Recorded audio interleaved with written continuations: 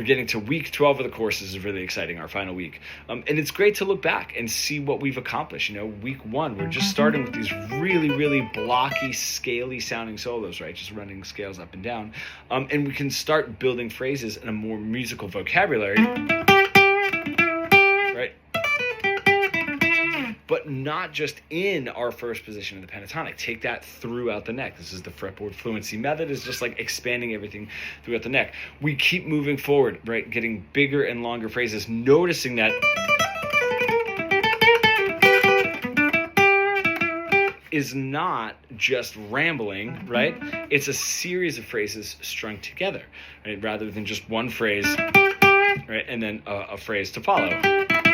Right, moving forward, getting into major 7s, minor 7s, all of our modes, but learning them in every position so that if I am playing, let's just say like a D Lydian, right, I can play that in so many different positions, and not just different positions, but knowing where I am and why I'm playing them, which brings us into like some of these longer form arpeggios that we get into that span throughout the neck. Can I do it in a major 7? Can I do it in a dominant 7? Can I do it in a dominant 7 and then bring myself up to the resolution, right? So I'm going up one chord and down an arpeggio in another. That helps me out because when I'm playing a solo, I can target those chord tones all over the neck and I will never get lost, right? We keep moving through how the cage system helps us with 7s and 9s, right? And altered dominance. We keep moving, making sure that we're keeping everything super musical, right? Nothing is just right? When I have my arpeggio exercise, what's really nice is if I am playing that,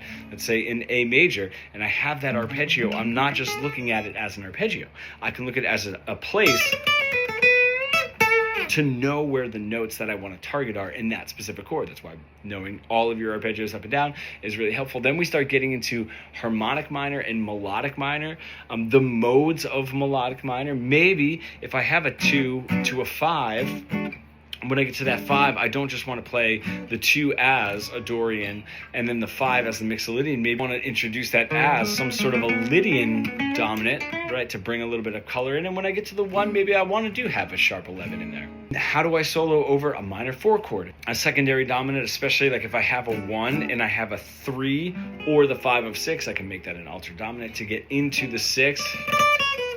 Right, and add a harmonic minor on top of that, which is really nice. Maybe when I do that, when I get to my 1 and the 3 or the 5 of 6, right, I can introduce that with a diminished run to resolve me back into the 6th chord. These are all like really, really creative ideas using jazz enclosures and chromatics to really deliver a different kind of sound. If you are an intermediate guitar player that's sort of stuck in that pentatonic box and you really want to bridge the gap between your creative ideas and what you are able to play on the guitar, comment pro below and we can get started in our fretboard fluency 12-week mentorship program.